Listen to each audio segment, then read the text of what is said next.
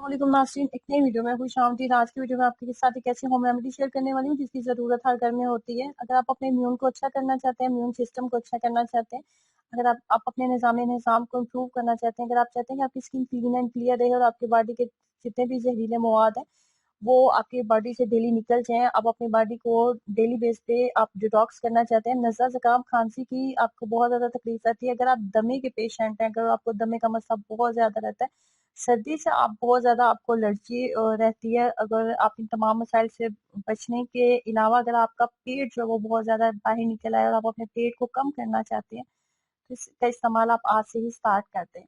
इसको बनाने के लिए आपने सबसे पहले लेना होता है लेमन। लेमन आप देख रहे हैं 6 अदद मैंने लेमन का इस्तेमाल किया है। और लेमन को पहले आपने बहुत अच्छे गर्म पानी के साथ फुल गर्म पानी के साथ आपने अच्छे से वॉश कर लेना। वॉश करने के बाद आपने लेमन को निकाल लेना। निकालने के बाद अगर आपके पास नमक मौजूद है किचन में और या फिर बेकिंग सोडा, दोनों में से किसी एक चीज़ का आप इस्तेमाल कर लें। बेकिंग सोडा या नमक दोनों में से जो चीज़ आपके पास मौजूद है उसका आप इस्तेमाल कर सकते हैं। हमने लेमन को अच्छे से इसके ऊपर अच्छे से रब करना है और ताकि लेमन के ऊपर जितने भी छिलके इसके छिलके के ऊपर जितने भी जरासीम वगैरह है वो बिल्कुल खत्म हो जाए, ये बिल्कुल क्लीन एंड क्लियर हो जाए। आपने कोशिश करना है कि आप जो लेमन का इस्तेमाल करें फ्रेश लेमन आपके पास होने चाहिए और देसी लेमन का आपने इस्तेमाल करना है।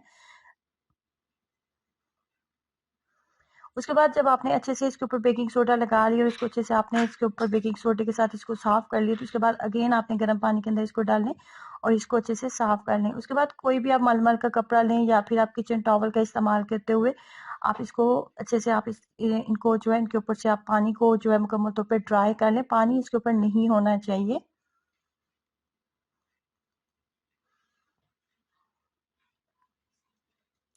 उसके बाद इस होम रेमेडी को लेमन के अलावा जिस चीज़ का इस्तेमाल हमने इस होम रेमेडी में करना है वो है जिंजर। अदरक का इस्तेमाल हम इसके अंदर करेंगे।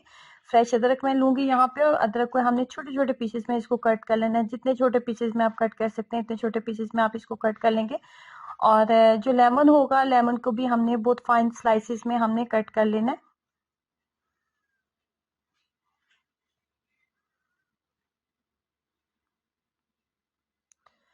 इस तरीके से लेमन को आपने छोटे छोटे पीसेस में कट कर लेना है। इसके अंदर जो सीड्स होंगे ना वो आपने निकाल देने हैं। लेमन के सीड्स आपने इस्तेमाल नहीं करने।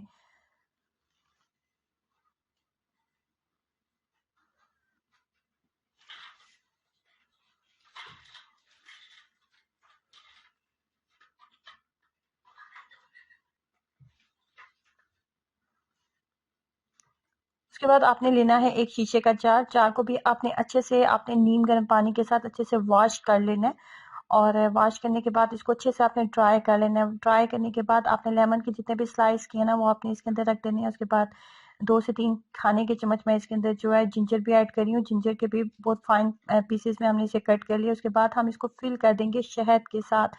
आपने शहद अच्छी क्वालिटी का लेना है। अगर आपका शहद अच्छी क्वालिटी का होगा तो आपको वो तमाम रिजल्ट्स मिलेंगे जो कि मैंने आपको वीडियो के स्टार्ट में बताए हैं। ये आपके इम्यून सिस्टम को अच्छा करेगा। नज़ला, ज़ुकाम, खांसी, सर्दी की वजह से गला खराब हो रहा है, सर दर्द कर रहा है, माइग्रेन के अगर आप पेशेंट हैं तो इन तमाम मसाइल के से छुटकारे के लिए आप इसका इस्तेमाल कर सकते हैं। इसका तरीका इस्तेमाल ये होता है कि डेली सुबह जब आप उठते हैं तो नाश्ता करने से तकरीबन आधा घंटे पहले अगर आप इसका इस्तेमाल करते हैं तो इससे आपको बहुत अच्छे रिजल्ट्स मिलते हैं।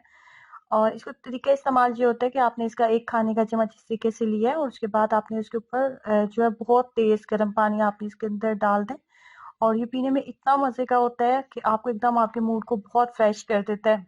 लेकिन बेस्ट रिजल्ट के लिए आप रात को सोने से पहले इसका इस्तेमाल करें।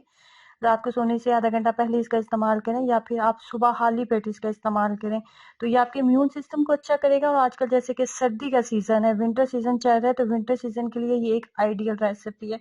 आप इसका इस्तेमाल करें। ये आपको नज़ला, ज़ुकाम, खांसी से हर तरह की एलर्जी से बचा के रखेगा। और बना के आप इसको एक हफ्ते के लिए फ्रिज में रखें और एक हफ्ते के बाद आप दोबारा इसको बना लें।